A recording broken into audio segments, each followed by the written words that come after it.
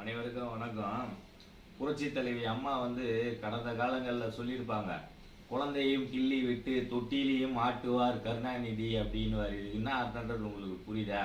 பிரச்சனையை கிளப்பி விட்டு பிரச்சனையை தீக்கிற மாதிரி பண்ணுவார் அப்படின்றது தான் அவங்க சொல்ல வந்த கருத்து. இப்போ அதை தான் இங்கே பண்ணிட்டு இருக்காங்க.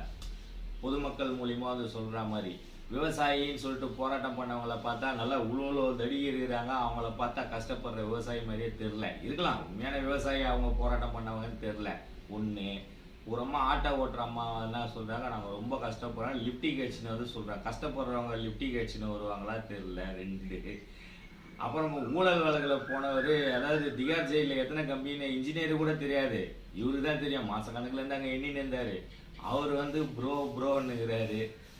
பார்த்தீங்கன்னா இது மாதிரி சம்மந்தமே இல்லாமல் பேசுவாங்க. எல்லா இடத்துலையும் இவங்க தான் பிரச்சனையை கிளப்பி அப்படியே பொதுமக்கள் போர்வையில் கேள்வி கேட்குற மாதிரி கேட்குறாங்க. சின்ன சின்ன பசங்க பொண்ணுங்களெல்லாம் விட்டு பேச விட்றோம். அவங்களுக்கு என்ன அரசியல் தெரியுன்னே எனக்கு தெரில.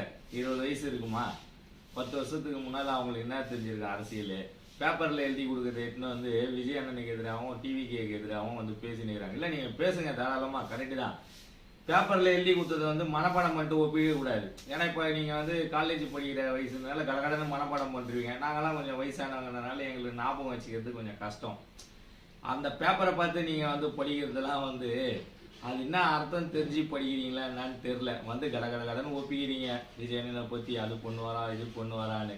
அப்புறம் பார்த்தா அது என்ன சொல்கிறதுன்னா, மக்கள் மனதில் இந்த மாதிரி நீங்கள் பண்ணுறதுலாம் என்ன ஆகும்னா வெறுப்பு தான் அதிகமாகும். அந்த வெறுப்பு என்ன ஆகும் உங்களுக்கு? ஏற்கனவே போன முறை ஓட்டு விடாமல் போச்சு உங்களுக்கு, மறுபடியும் அது போயிடும்னு சொல்ல வரேன் நான். இதுதான் அன்றைக்கே புரட்சி தலைவி அம்மா சொன்னாங்க. அது இல்லாமல் இப்போ சமீபத்தில் அப்பாவும் மகனும் மேகதாது பக்கம் போயிட்டு வந்துக்கிறாங்க. கடந்த காலத்தில் புரட்சி தலைவி அம்மாக்காக இங்கேருந்து ஒரு கேங்கு கர்நாடகா போச்சு. இப்போ மறுபடியும் போயிருக்கு. என்ன ஆகும்னு தெரில. அதுவும் அன்றைக்கி ராசா சார் பேட்டி எடுக்கிறதுக்கு கூப்பிட்றாங்க. ஓடினாரு, கதுவெல்லாம் சாதிட்டு ஓடினாரு. திடீர்னு பார்த்தாருன்னா யோசனை உட்காந்துன்னு ப்ரோன்றாரு. இப்போ இதனால என்ன, அப்படியே பேப்பரில் எழுதி வச்சுன்னு வரிசையாக ஒரு கேள்வி கேட்குறாரு. பண்ணுற ஊழலெல்லாம் பண்ணிட்டு இப்போ கேள்வி கேட்டு என்ன பண்ண முடியும் சொல்லுங்கள்? அதாவது கூச்சமே எப்படி சொல்கிறதுன்னு எனக்கு தெரில. நன்றி, வணக்கம்.